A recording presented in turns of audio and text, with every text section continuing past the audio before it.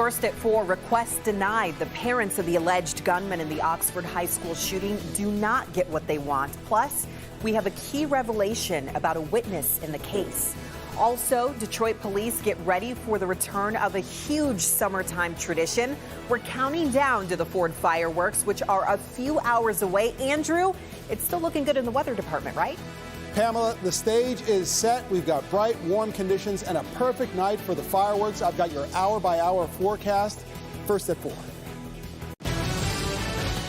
Live from downtown Detroit, Local 4 News First at 4 starts now. Good afternoon. I'm Pamela Osborne. First at 4, the Ford Fireworks Show is back where it belongs, and a few 100,000 people could show up with COVID restrictions removed. Many people already downtown looking for the best seats in the city. For many, that means heading to Belle Isle. We'll be live from both locations in the coming hours. First, let's go to Rod Maloney, who spoke with Detroit's police chief about plans to keep the city safe for the celebration. Rod? Yeah, good afternoon, Pam. You know, it's one of those things you can palpably feel the fact that people are excited to be back here for the Ford fireworks. But there is something new and different this year, and you're looking at it. You're seeing metal detectors as a way to actually get into Hart Plaza, which has been fenced off. The gates opened shortly after 2 this afternoon, the fireworks faithful having started lining up 10 hours before the show. While police presence is always strong here, this year's Ford fireworks have a new security approach. Detroit Police Chief James White declaring, "We want to see kids with mom and dad down here to have a good time, and if they elect to do this event at Hart Plaza or see the event at Hart Plaza and choose to go in an area that's a weapons-free zone, we support that." Metal detectors moved in to enforce the new rules. We looked at what the community wanted, and the community spoke and said, "We want our fireworks." You know, we didn't have them from COVID times, and we want to see it again. So we took on this tremendous undertaking. It takes partnerships like this. With the Supreme Court ruling about open carry last week, DPD telling us they can ban weapons if it's a public-private partnership, like the one it enjoys with the parade company. CEO Tony Michaels is glad for the help, too, after a 3-year hiatus. You're going to see a lot of classic type fireworks, not the new neon type stuff, gone completely classic and in your face. That's as much as I could get out of him when it comes to the actual fireworks. He was telling me that you can expect big, and I do mean big out here, because they're celebrating the fact that they're back after that 2-year hiatus. Now, one of the things I will tell you is they are very serious about the security. We saw a guy in here with one of those designer French bulldogs. Cute little thing. It wouldn't hurt a flea, but they said, nope, no animals in here. That's one of the things they're doing, saying no animals. They're also saying, if you're coming down, you better do it pretty soon here, because the Michigan State Police and DPD will be shutting down the main highways coming into downtown. As of 6 p.m., you will not be allowed to get in, and if you park in a bad spot, well, look for your car at the towing impound lot. Reporting live downtown at Hart Plaza, Rod Maloney, Local 4. And nobody wants that. Thank you for that information, Rod. We all know the weather is a key part of any fireworks celebration. Tonight, it looks like we are in luck. Meteorologist Andrew Humphrey is standing by. And Andrew, I hope I'm not getting ahead of myself here, but it looks like everything is going to fall into place for us tonight. Pamela, you are speaking it into existence. No bad luck here. You are not jinxing anything. We're looking at temperatures that stay in the 70s, excellent weather and perfect weather later on this evening and tonight. It is on the cooler than average side, though. We're looking at temperatures that are mostly between 70 and 75 degrees. Almost feels like a fall day, especially the farther north you are. 60s up toward the thumb, including Port Huron at 68. But closer to downtown Detroit, 75 over at City Airport, 73 at Metro Airport, and we're looking at partly to mostly sunny skies. We're looking at 73 over at Metro, wind at around 12 miles per hour. Dew points are in the comfort zone, mostly in the 40s out there, and it remains dry for the rest of the afternoon and into the evening. Here is your hour-by-hour forecast, continuing to set up this evening with some sunshine still out. Temps between 70 and 74 degrees by 8, 9 o'clock this evening. Sunset is at 9:14. By the time the big show begins, temperatures in the middle 60s, then low 60s by the end of the event. In fact, grab a sweatshirt or a jacket. You may need it in order to stay warm. More on your weather forecast for the rest of the week coming up. Remember, you can watch the Ford fireworks right here on Local 4. Karen Drew will join Devin Skillian and Kimberly Gill for our live coverage. They're all getting ready for the show right now. Before the main event, you'll also hear duets from some of Detroit's most talented singers. It all starts at 8 p.m.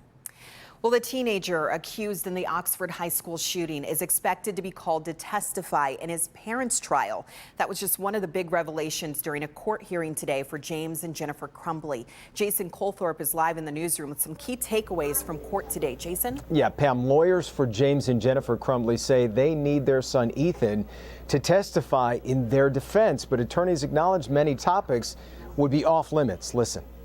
We need him to testify to information not related to his actual shootings, but related to extraneous matters that are important in the case. So I guess I'm just, as an offer of proof, they want to call their son to somehow diminish, highlight his role instead of his parents. I'm just not sure how that's relevant. Ethan Crumbley's role in his parents' trial was just part of the hearing today. A judge granted James and Jennifer Crumbley's request to issue a gag order. That prevents both the prosecution and defense from talking to the media about the case. But the judge denied the Crumbley's request to move their involuntary manslaughter trial out of Oakland County.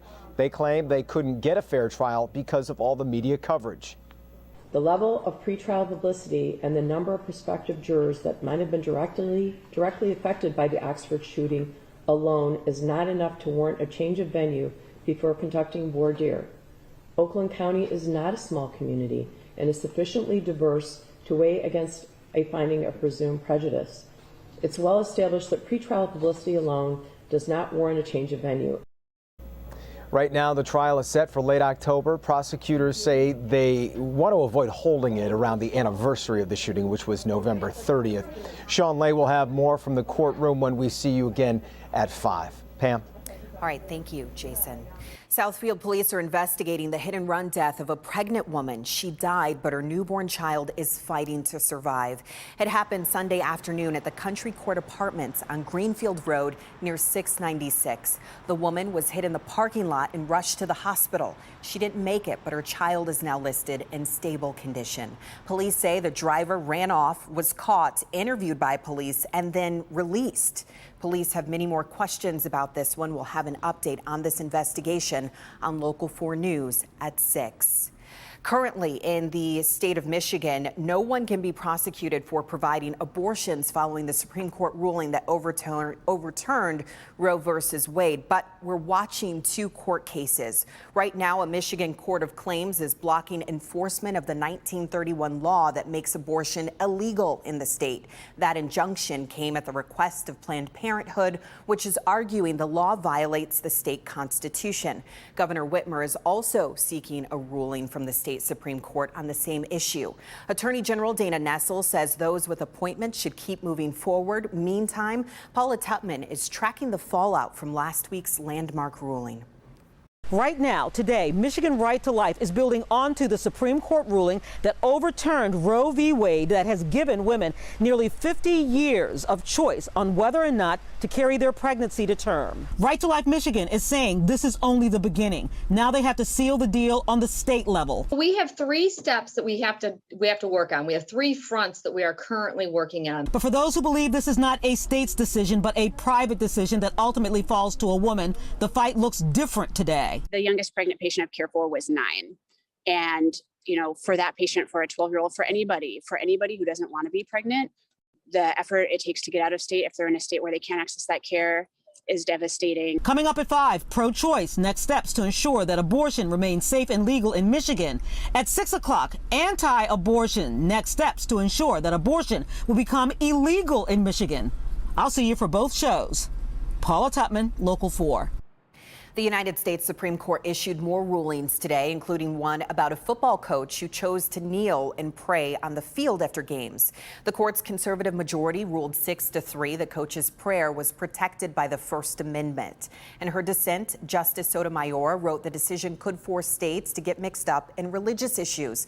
The court also ruled 6-3 in favor of doctors who could face criminal charges for overprescribing pain medication. Justice Breyer wrote prosecutors prosecutors must prove beyond a reasonable doubt doctors knowingly or intentionally acted in an unauthorized manner. The House committee investigating the January 6th attack on the Capitol just announced a surprise hearing. The panel says it will present, quote, recently obtained evidence, but didn't offer any specifics. The January 6th committee was supposed to be taking a break until July, but now says it will hold another hearing tomorrow at 1 p.m. You'll be able to see that hearing here live on Local 4. While the G7 leaders of the West vow to support Ukraine, Russia strikes a crowded shopping mall with many civilians feared dead or wounded. Ukraine's president said a missile strike hit the country's central city, and he claims that shopping mall was no threat to Russian troops. The attack comes as Russia is mounting an all-out assault in the eastern part of the country, hoping to take the Donbas region. Meanwhile, the U.S. will reportedly announce it's purchasing a new missile defense system for Ukraine. Ukrainian President Volodymyr Zelensky held a virtual conference with G7 leaders who are meeting in Austria. He's telling Western allies that he's hoping the war with Russia will be over by the end of the year. G7 leaders are talking about new ways to hurt Russia with more economic pressure while supporting Ukraine for as long as it takes. Finally, NATO says it will dramatically increase the number of troops in the so-called NATO response force. Right now, it has about 40,000 troops. The alliance is looking to boost that number to 300,000. NATO's Secretary General calls it the biggest overhaul of the defense agreement since the Cold War. NATO leaders will meet later this week in Spain.